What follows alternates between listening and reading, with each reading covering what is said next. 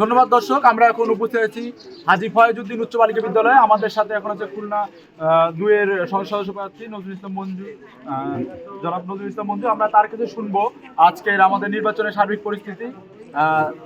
আপনি যে আজকে সকাল থেকে বিভিন্ন কেন্দ্র ঘুরলেন, নির্বাচনের সার্বিক পরিস্থিতি কেমন দেখলেন? খুব সুন্দর, মানুষ আসছে এবং এবারে নির্বাচন তো নানা কারণে গুরুত্বপূর্ণ। বিশেষ করে ফ্যাসিবাদ আমলে মানুষ ভোট দিতে পারে নাই এবং সেই যে বেদনা থেকেই এবার ভোট উৎসবে সবাই যোগ দিয়েছে। খুলনা এখন উৎসব মুখর নগরী, চারিদিকে ভোটারদের আনাগোনা এবং ভোটাররা ভোট কেন্দ্রে আসছে, ভোট দিচ্ছে এবং তারা উৎসব মুখর পরিবেশে ভোটটা দিচ্ছে। সুন্দর পরিবেশ। স্যার, আরেকটা কোশ্চেন আপনার কাছে। আপনি দেখেছেন যে প্রতিটি কেন্দ্রে আমাদের আনসার এবং ভিডিপি 13 জন সদস্য দায়িত্ব পালন করছেন। তারা সশস্ত্র এবং নিরস্ত্র দুই অবস্থাতেই আছে।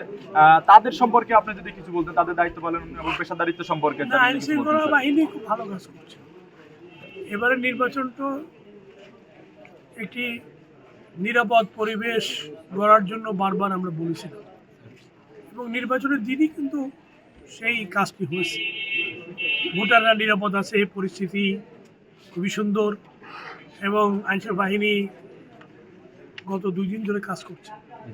আজকে ভোটের দিন তারা প্রতি ভোট কেন্দ্রে আছে এবং তারা জনগণকে ভোট দেওয়ার ক্ষেত্রে তারা উৎসাহিত হয় কিংবা নির্বিঘ্নে ভোট কেন্দ্রে যেতে পারে, তার জন্য তারা কাজ করছে। আমি আশাবাদী যে ভোট শেষ পর্যন্ত আরও সুন্দর হবে এবং যারা আইনশৃঙ্খলা বাহিনী যারা কাজ করছে তাদের প্রতি আমাদের একটু ছোট করে যদি স্পেসিফিক ভাবে আনসার ভিডিপির যারা কাজ করছে তাদের কিভাবে দেখছেন? আনসার ভিডিপি তো প্রত্যেক সেন্টারে আমরা দেখেছি তারা খুব সুন্দরভাবে কাজ করছে। বিশেষ করে তারা সকাল থেকেই, খুব ভোর থেকেই তারা জনগণকে উৎসাহিত করছে ভোট দেওয়ার ক্ষেত্রে।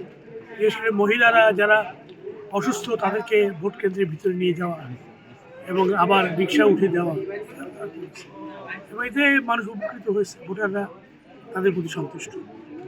ধন্যবাদ স্যার।